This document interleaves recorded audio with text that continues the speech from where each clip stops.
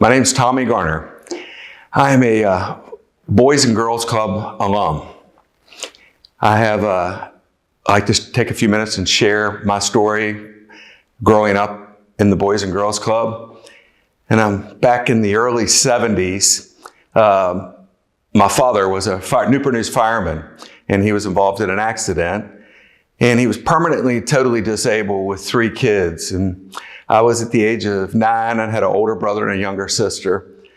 The finances in our household became very tight. We were in a situation that the Boys and Girls Club made a big difference in my life at that point. My brother and I were sitting on the front porch of our house, and a lady by the name of Miss Highsmith pulled up in front of our house and said, "Are you going to the Boys and Girls Club day camp today?" And we asked my mother, and my mother told her we didn't have the money. We couldn't attend. And Miss Highsmith said, "No, come on, get in the car, you're going."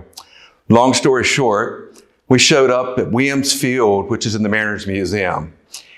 Once we get there, there's about 150 or 200 kids. And this is my memory from 50 years later, but it seemed like more than that. But we were exposed to a gentleman by the name of Mr. Tom, and his real name is Tom Eliason. And he called us all together. We were sitting in the middle of the woods. We were sitting on log benches, and he had us to sing songs. And then you broke out of the environment of the sitting on the logs, and we went to either arts and crafts, or you could play flag football, or you could go fishing, or you could play mush ball. Mush ball was one of my favorite events. And I'm fortunate enough, my wife bought a mush ball for me a couple years ago at a boys club auction. A little fishing story, like everybody always wants to hear a fishing story. We had a designated fishing area. We never caught fish. Well, a buddy of mine, we came up with this great idea, why don't we go fishing somewhere else? That was not really what you're supposed to do. So we came back to camp an hour and a half later. We had a lot of fish. And we get up, Mr. Tom has everyone to sing, "Take me out to the baseball game, take me out to the game." Anyway, we didn't sing one verse, we sang 3 verses of it. We get to the end of it, he says, "I want to let everybody know I have sprayed invisible paint around this whole property. And if you go outside of an area you're not supposed to be in, you're going to have paint on the bottom of your shoe." So guess who the only one was that lifted their shoe up to find the paint was me. And when I did that, Mr. Tom looked at me, and afterwards he came over. After everybody went to whatever activity, he said, "Did you fish somewhere else?" And I said, "Yes, sir." And he said, "Well, I'm going to discipline you."